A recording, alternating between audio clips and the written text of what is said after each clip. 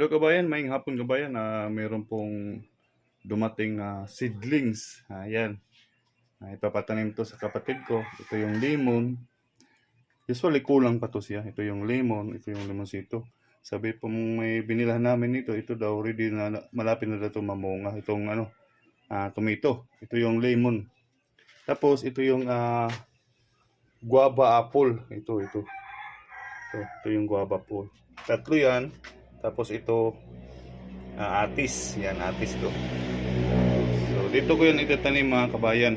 Ngayon, dito ko yan itatanim. Tingnan natin. So, nakita nyo yung area dito. Dito. Yan, nakita mo yung area dyan.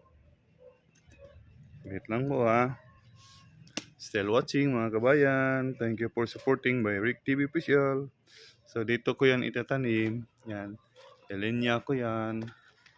Diyan. So hanggang dito. So yung na yan, yung mga bato na yan, tatanggalin diyan. So magtatanim ako dito ng ampalaya dito na part dito. So lalagyan ko ng bahay-bahay niya ganyan. So meron namang gripo dito. So madali lang pagdilig. So diyan ko itatanim. Ay hintay ko lang ngayong linggo.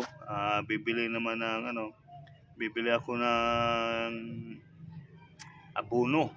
So before ko yan itanim, dapat ang lupa may abono na. So lalagyan siya ng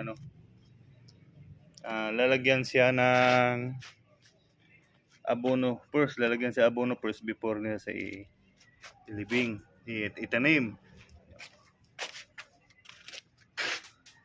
So, yan po yung mga tanim, yung mga halaman dito. Yan po yung mga halaman.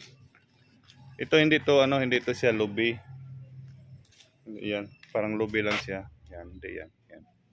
Yan part dito. Yan, di pa tapos ang bahay ko. Yan, di pa tapos yan. Pero binigay ko na yan sa anak, pati lupa. So, ito yun. So, kung hanggang dito nga mga kabayan, abangan nyo yung pagtatanim nitong seedlings nito ni Rick TV Official sa vlog niya. Hanggang sa muli. Thank you for watching. Bye-bye.